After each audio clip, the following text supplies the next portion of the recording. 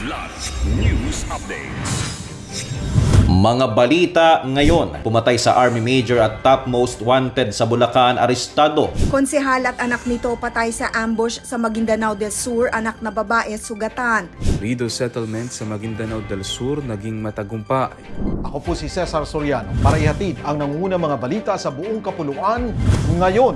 Arestado ng pulisya dakong alas 8:48 ng gabi ng Kamakalawa sa parking lot ng isang mall sa Barangay Tungko, Manga, San Jose del Monte City, Bulacan, ang number 1 most wanted person municipal level ng Angat sa parehong lalawigan na si Bernardo Carvajal III, 39 anyos, sa bisa ng warrant of arrest para sa parricide na walang piyansa. Nasamsam sa suspect ang 45 caliber pistol, 4 na magazine, 25 na bala at 3 sachet ng shabu na tinatayang 68,000 ang halaga.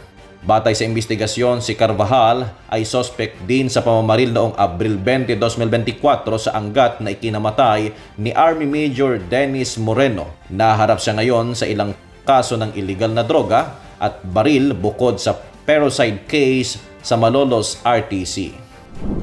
Pinagbabaril at napatay ng mga hindi pa nakikilalang salarin ng isang konsehal ng barangay at ang kanyang anak sa Ampatuan, Maguindanao del Sur nitong Lunes ng umaga, October 13.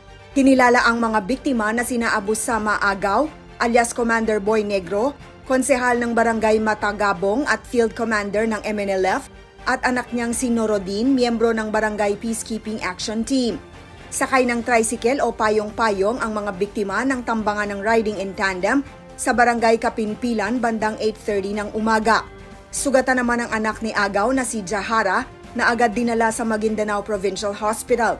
Patuloy ang investigasyon ng pulisya sa motibo ng pamamaslang.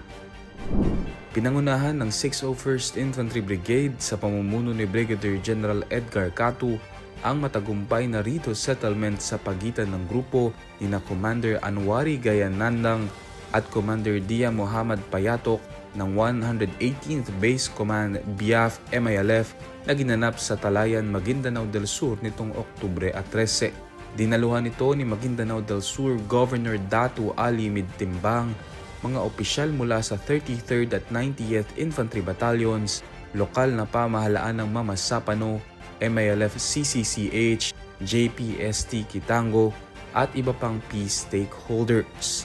Layon ng aktibidad na wakasan ng matagal ng alitan at patatagin ng kapayapaan sa rehiyon sa ilalim ng tuloy-tuloy na koordinasyon ng militar, MILF at lokal na pamahalaan. Ako po si Cesar Soriano, kasama nyo sa bawat pagputo ng balita.